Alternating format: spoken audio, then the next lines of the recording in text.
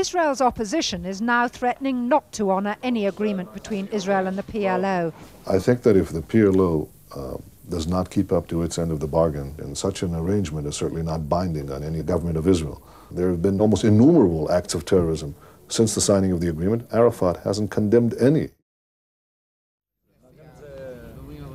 As they heard the news that talks are to resume, opponents of the peace process intensified their opposition. In the 4 months since the peace declaration was signed, the government's done little to pacify them, and the latest concessions Israel has made are alienating those who previously supported the declaration.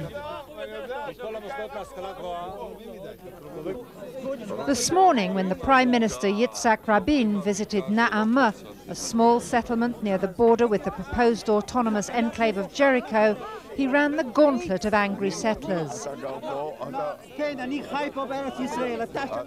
Israel's latest concessions to the PLO would, they told him, cut them off from the rest of the West Bank settlements by a road under Palestinian control.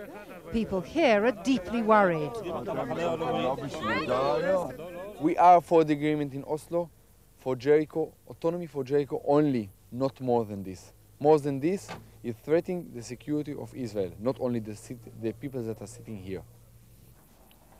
Israel's opposition is now threatening not to honour any agreement between Israel and the PLO if it regains power. Its leader, Benjamin Netanyahu, filmed here greeting British MPs, argues that though this would be a major breach with tradition, it would be justified. And I know him. Yes. I think that if the PLO does not keep up to its end of the bargain, the meaning of the entire agreement is vitiated. It's obvious that for there to be peace, it has to be mutually honored. And so far, it's unilaterally honored. And such an arrangement is certainly not binding on any government of Israel. Yasser Arafat, in the letter that he sent to Mr. Rabin accompanying the agreement, promised to condemn terrorism at every available public forum. There have been numerous, I would say almost innumerable acts of terrorism since the signing of the agreement. Arafat hasn't condemned any. He was forced by President Clinton to issue, by facsimile, a few lines of condemnation in one case. The opposition now claims that the peace proposals involve far more than was at first admitted. This group, led by Tzomet, the right-wing party with the fastest growing support, was shown a natural water source, which the governments agreed to hand over to the Palestinians. In this arid terrain, water is critical, and Tzomet argues that giving it back will harm agriculture in the settlements.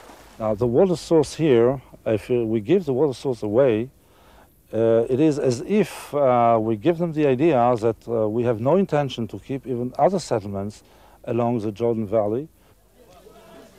The recent difficulties in the negotiations are making Israelis increasingly anxious, and opinion polls show that many are now having doubts.